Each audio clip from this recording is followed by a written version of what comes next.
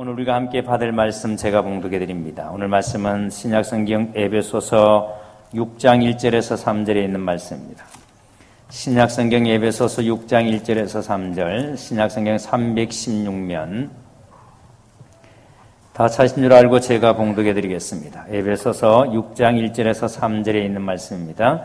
자녀들아, 주 안에서 너희 부모에게 순종하라. 이것이 옳으니라. 내 아버지와 어머니를 공경하라. 이것은 약속 있는 첫 계명이니 이로써 내가 잘되고 땅에서 장수하리라. 아멘. 말씀에 큰 은혜 되시기를 바랍니다. 이 시간 우리 할렐루야 성가대에서 그 사랑이란 제목으로 하나님께 찬양드리겠습니다.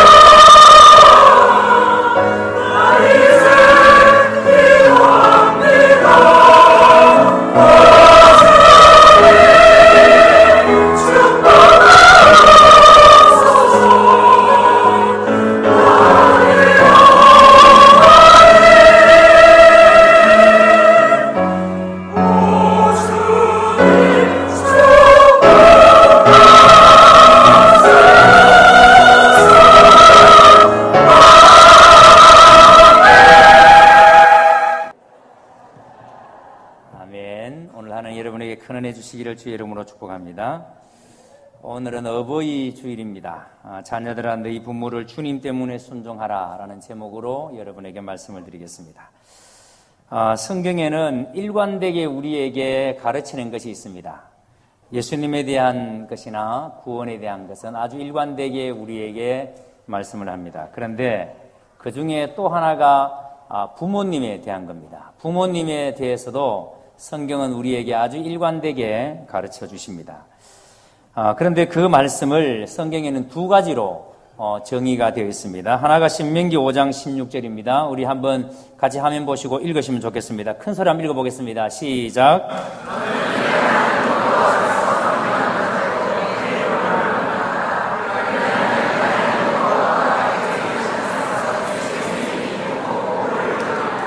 자, 무엇이 생각나죠? 우리는 5계명이 생각납니다. 그렇죠?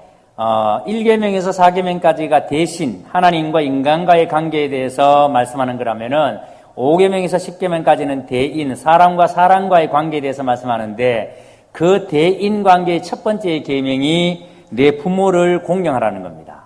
자, 여러분 성경에서 내 부모를 공경하라. 근데 10계명에서 5계명은 하라는 명령이에요.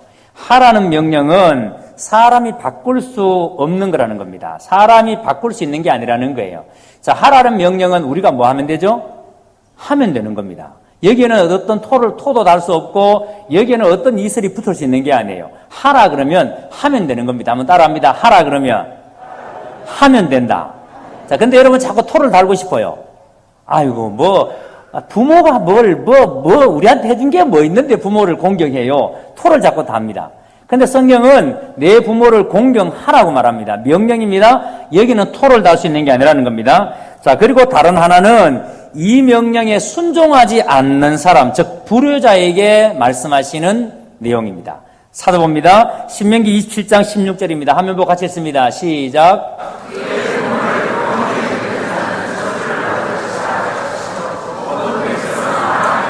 자, 잘 보세요. 그의 부모를 경홀히 여기는 자는 저주를 받을 것이라 할 것이요 모든 백성은 아멘 할지니라. 자, 분명히 하나님께서 하라는 명령을 주셨습니다. 내 부모를 공경하라 그랬습니다. 하라는 명령은 사람이 바꿀 수 있는 게 아니라 그랬습니다. 하면 된다 그랬습니다. 그런데 그렇게 하지 않을 때에, 즉 하나님께서 하라 그랬는데 안 할 때에는 이 불효자는 어떻게 해야 되는가? 저주를 받을 것이라 할 것이요 모든 백성은 아멘 할지니라. 이렇게 말씀을 합니다. 자, 여러분 여기서 경홀히 여긴다라는 것은 업신여긴다는 뜻입니다. 부모를 업신여기는 거예요. 자, 그런데 자식이 부모를 업신여기면 저주를 받을 것이라. 이 저주의 내용이 신명기 20장 15절부터 12가지가 쭉 나옵니다.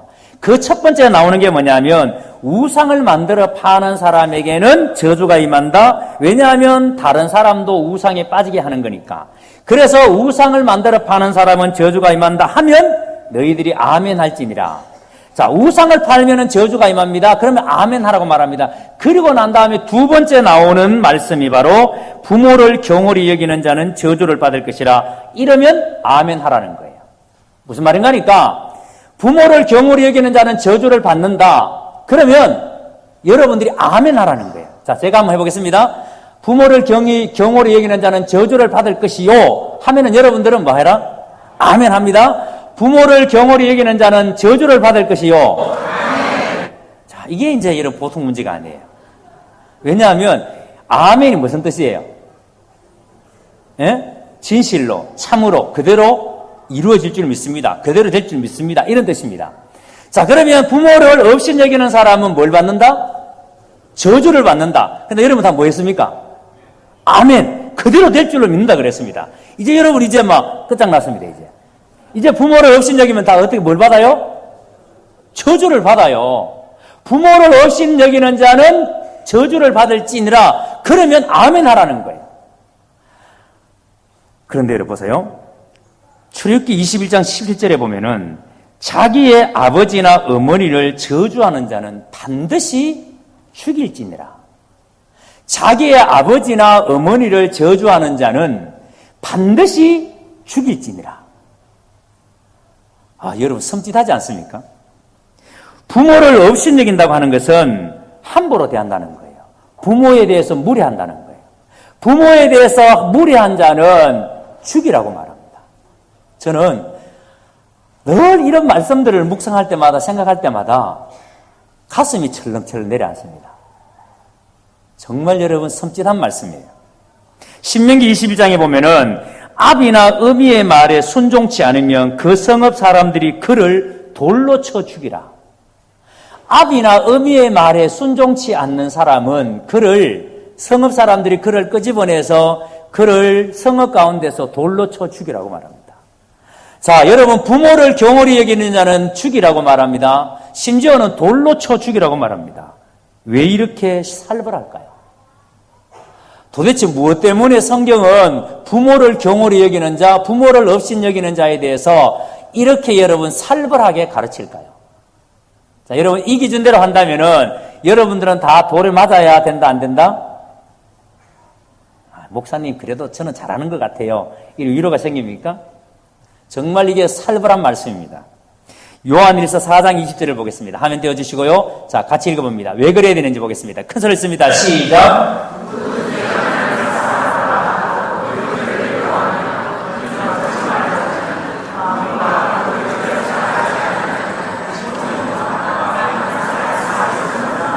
자, 제가 다시 한번 읽어드리겠습니다. 잘 보세요. 누구든지 하나님을 사랑하노라 하고 그 형제를 미워하면 이는 거짓말하는 자니 보는 바 그 형제를 사랑하지 아니하는 자는 보지 못하는 바 하나님을 사랑할 수 없느니라. 이해가 되십니까? 무슨 말인가니까 문자적으로 해석하면 이런 뜻입니다.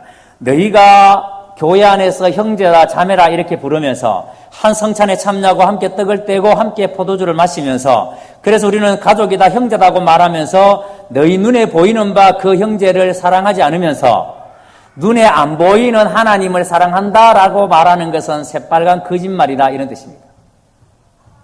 지금 내 눈에 보이고 있는 형제도 사랑하지 못하면서 눈에 안 보이는 하나님을 사랑한다라고 눈물 흘리는 거 거짓말이라는 거예요. 좀 더 적극적으로 해석해 볼까요? 여러분 부모님이 여러분에게 다 잘해준다 아니면 여러분들에게 섭섭한 게 한 것도 있다 없다? 대답하기 좀 곤란하십니까? 다시 여러분의 부모님이 여러분에게 모든 걸 다 잘해줬습니까? 아니면은 가끔은 섭섭한 게 있다? 있죠? 그죠? 아버지한테 섭섭한 게 있고 어머니에게 섭섭한 게 있습니다. 다 잘해준 게 아닙니다. 우리 마음을 부모님이 다 채워준 게 아니에요. 하지만 설령 그렇다 하더라도 부모님이 우리의 마음을 다 채워주지 못했고 우리의 마음을 섭섭하게 했다 손 치더라도 나를 이 땅에 그 산고와 그 산통을 겪으면서 거의 죽음의 격죽음을 경험하면서 나를 이 땅에 태어나게 하신 분이 누구다? 부모님. 비록 나를 다 채워주지는 못했다 할지라도 나를 이 땅에 태어나게 하신 분이 부모님이십니다. 그리고 부모님은 자기의 모든 것을 희생하고 나를 길러주신 분입니다. 자, 그런데 그 부모님이 제대로 사랑이 안 되는 사람이 그런 부모님이 내가 사랑하지 않는데 눈에 보이지 않는 하나님을 사랑한다는 게 그게 말이 되느냐 말이에요. 그게 새빨간 거짓말이라는 거예요. 나를 자기의 목숨을 걸고 낳아주신 그 부모도 사랑이 안 되는 사람이 안 보이는 하나님 사랑한다는 말이 그게 얼마나 엉터리냐는 거예요. 다시 읽어봅니다. 제가 읽습니다. 잘 들어보세요. 누구든지 하나님을 사랑하노라 하고 그 형제를 미워하면 이는 거짓말하는 자니 보는 바 그 형제를 사랑하지 아니하는 자는 보지 못하는 바 하나님을 사랑할 수 없느니라. 눈에 보이는 부모님을 사랑하지도 않으면서 눈에 안 보이는 하나님 사랑할 수 없다라고 말합니다. 여러분, 왜 이런 말씀을 주시는가 이걸 알아야 됩니다. 부모는 눈에 보이는 바 하나님의 권위의 한 부분이세요. 하나님께서 부모에게 당신의 권위의 일부를 하나님께서 부모에게 위임해 주셨습니다. 무슨 말인가니까 하나님께서는 부모에게 당신의 권위를 위임해 주셔서 그래서 부모의 말을 듣는 것이 하나님의 말씀을 듣는 것처럼 하나님께서 그렇게 해주셨습니다. 하나님을 대신해서 그 산통을 겪으면서 하나님을 대신해서 나를 이 땅에 태어나게 하시고, 그래서 예수님께서 자기가 그 십자가 위에서 자기 죽음을 통해서, 그 십자가 위에서 다 이루었다, 자기 죽음을 통해서 우리를 구원하신 것처럼 우리 부모님은 자기 목숨을 걸고 산통을 겪으면서 우리를 이 땅에 태어나게 한 겁니다. 그리고 하나님을 대신해서 부모님은 나에게 모든 필요한 것들을 공급해 주십니다. 또 하나님을 대신해서 부모님은 나에게 때로는 징계하십니다. 또 부모님은 하나님을 대신해서 나에게 좋은 것을 가르쳐 주십니다. 또 부모님은 하나님을 대신해서 네가 이렇게 살아야 승리할 수 있고 복되게 살 수 있다고, 정의롭게 살 수 있다라고 가르쳐 주십니다. 이렇게 해야 된다고 신앙을 전수해 주시는데, 이것이 하나님을 우리에게 간접적으로 보여주는 겁니다. 자, 그러니까 부모님이 하는 일들이 하나님을 우리는 간접적으로 보는 거예요. 이해가 되십니까? 부모님의 역할이 하나님을 우리가 지금 간접적으로 보고 있다는 겁니다. 이게 부모님의 권위예요. 이런 권위를 하나님께서 부모에게 일정 부분 위임해 주셨습니다. 그래서 하나님은 부모님에게 하나님의 권위의 일부를 위임해 주셨기 때문에, 그래서 자녀가 부모를 거역하면, 자녀가 부모를 경홀히 여기면 하나님을 거역하는 것이기 때문에, 하나님을 경홀히 여기는 것이기 때문에, 하나님의 권위에 도전하는 것이기 때문에 성경은 뭐라고 한다? 죽이라고 하는 겁니다. 돌로 쳐 죽이라고 하는 겁니다. 내가 부모에게 대드는 게, 내가 부모를 거역하는 게, 그게 여러분 하나님께 대드는 거라는 거예요. 하나님을 거역하는 거라는 거예요. 그래서 부모를 경홀히 여기는 자를 돌로 쳐 죽여라고 말씀합니다. 자, 이렇게 성경에서 무섭게 이야기하는데, 문제는 이게 여러분 잘 안 된다는 거예요. 돌로 쳐 죽인다 해도 여전히 우리는 부모에게 잘 하기가 쉽지 않습니다. 어렵습니다. 효자, 효녀가 그래서 참 어려운 거예요. 왜 그런지 아십니까? 이게 인간의 본성입니다. 마태복음 15장 4절에서 6절을 한번 읽어보겠습니다. 자, 4절을 여러분 큰 소리 씁니다. 시작.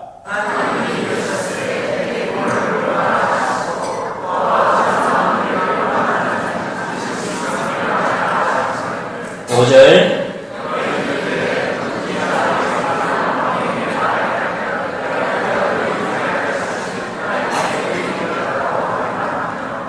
6절.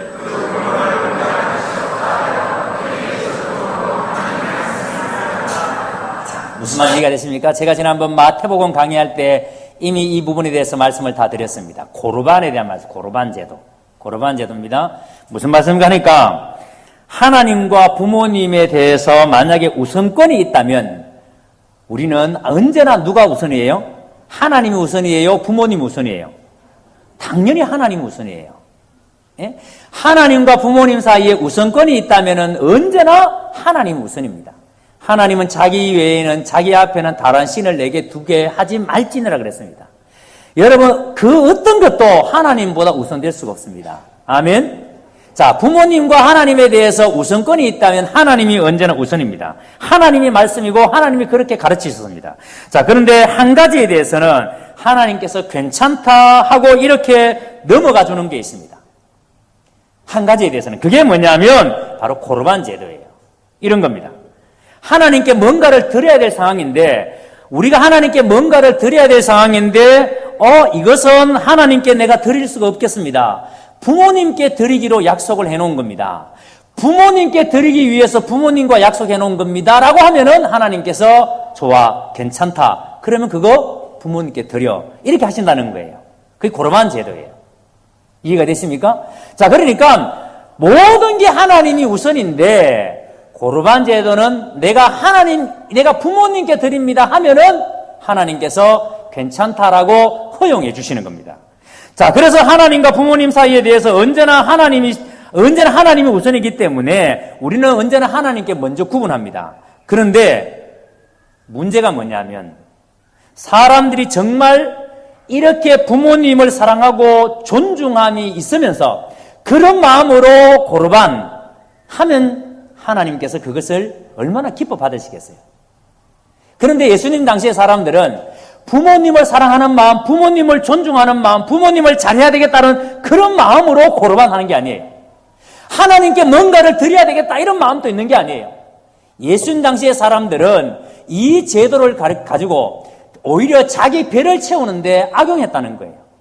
자, 그러니까 하나님께 드리기도 싫고 부모님께 드리기도 싫은데 자기만 배불리고 싶은데 나만 가지고 싶은데 그래서 자기가 가질 수 있는 방법을 고르반이란 제도를 악용했다는 거예요.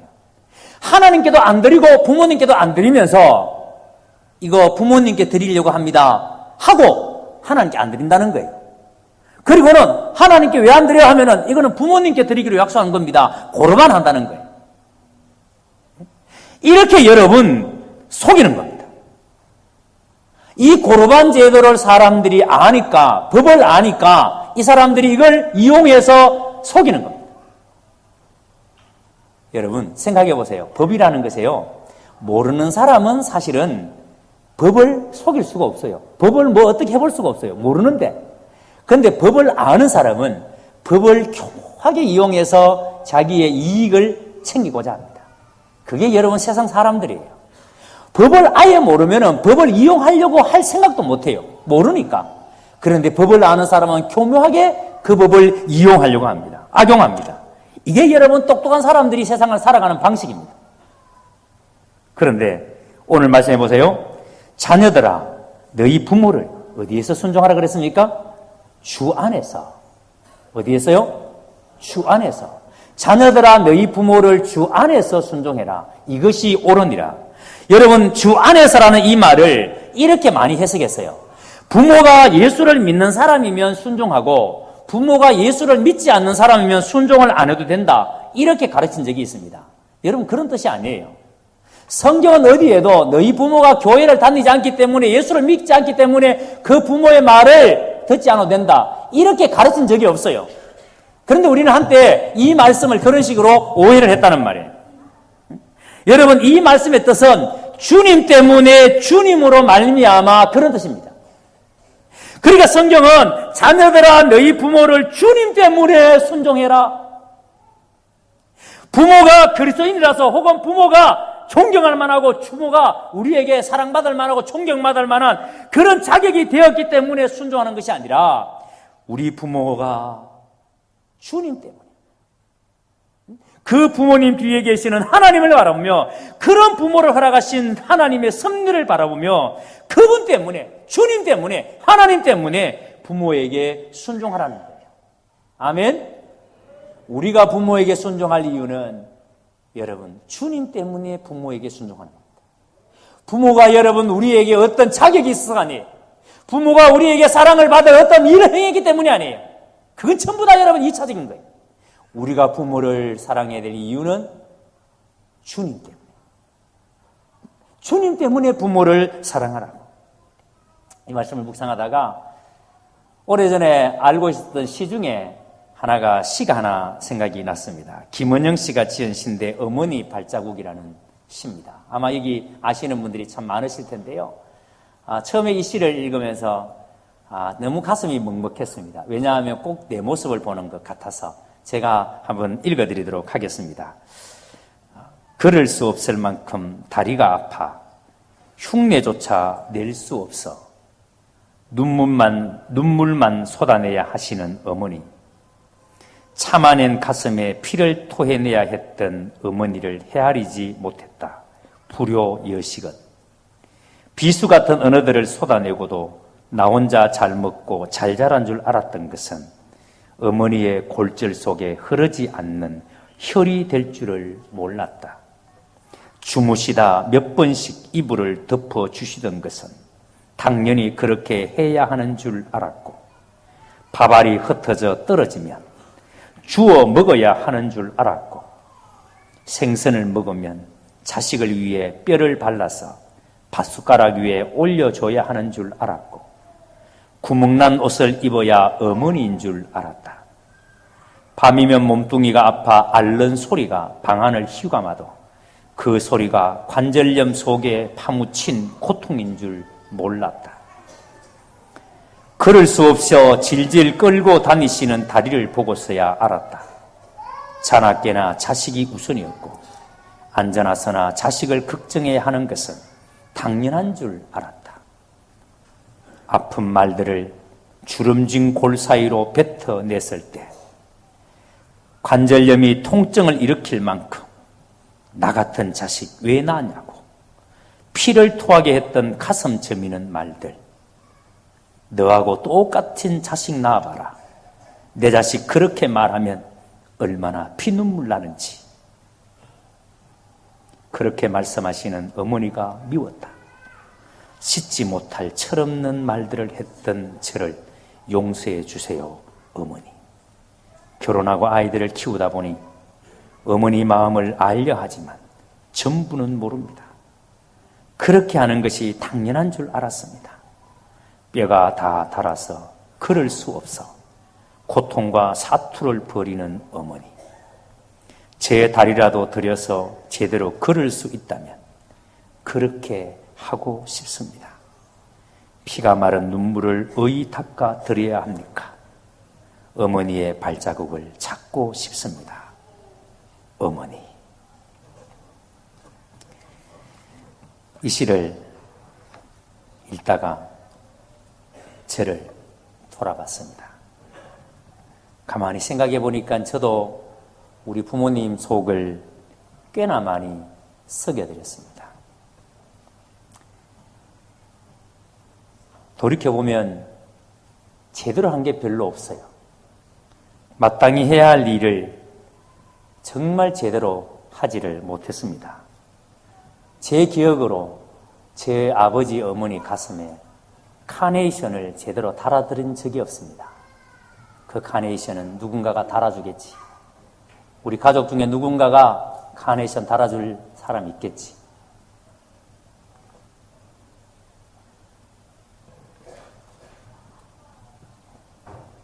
목회한다고 어렵다고 돈이 없다고 용돈도 크게 챙겨드린 적도 별로 없습니다.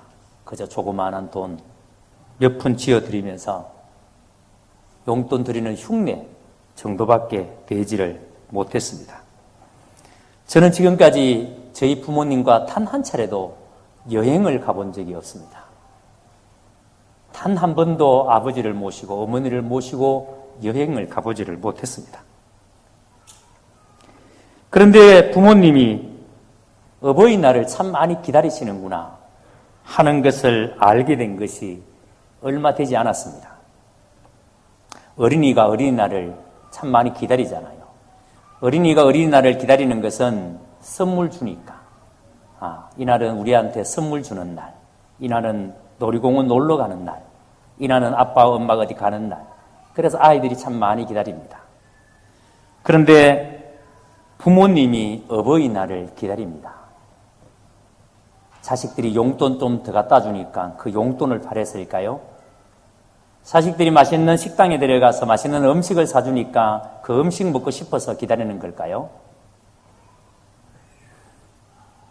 그저 자식 한 번 더 보고 싶어서 그날을 그렇게 기다리시는구나.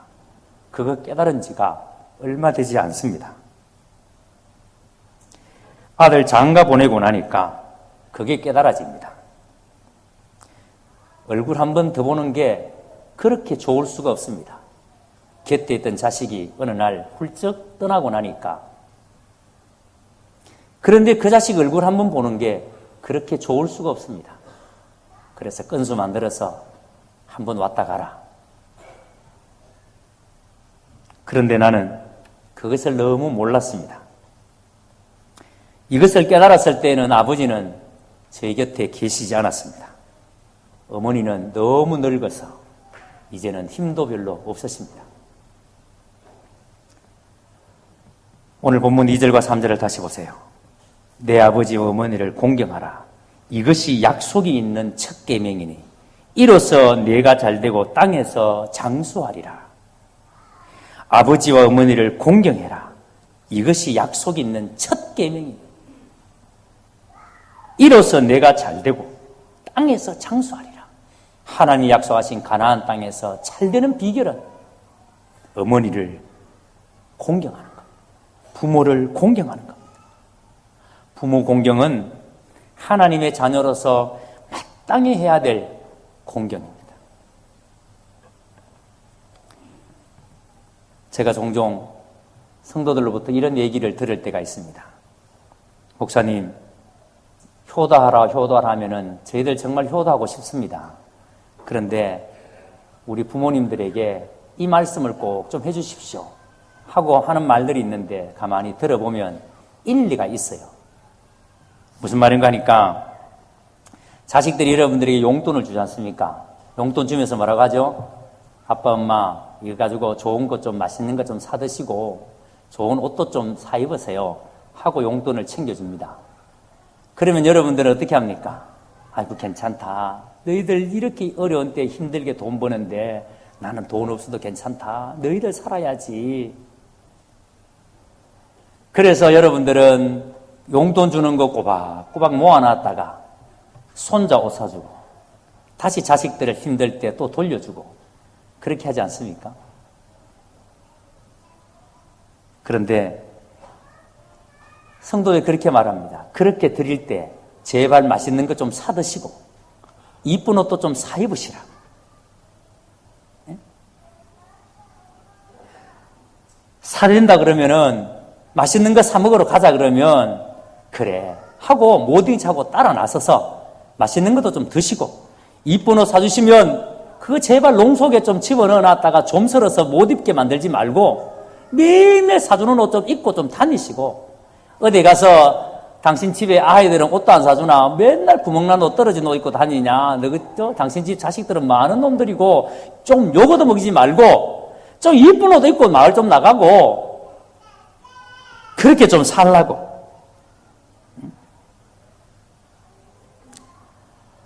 여러분 우리 부모님들 좀 그렇게 자식들 뭘 주면은 미안해하지 말고 아까워하지 말고 좀 그렇게 여러분 사시기를 바랍니다.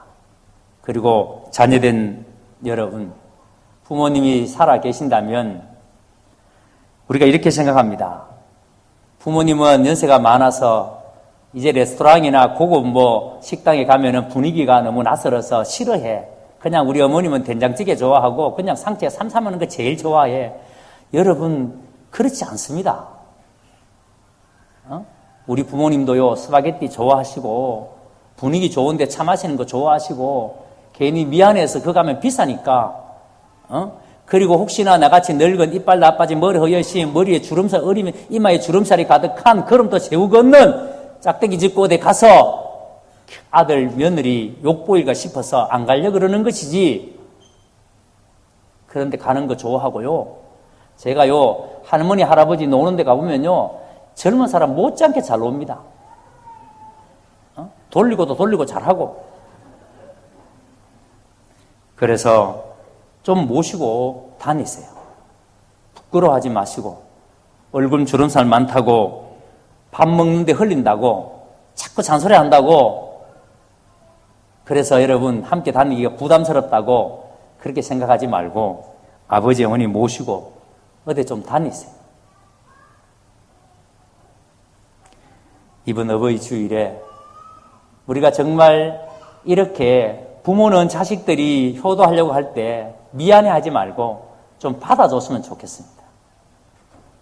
또 자식들은 부모님들 후회하지 않도록 여러분이 좀 모시고 다니면서 맛있는 것도 사드리고 어떤 분이 그래요. 나는 지금까지 백화점에 가서 옷 한번 사본 적이 없다.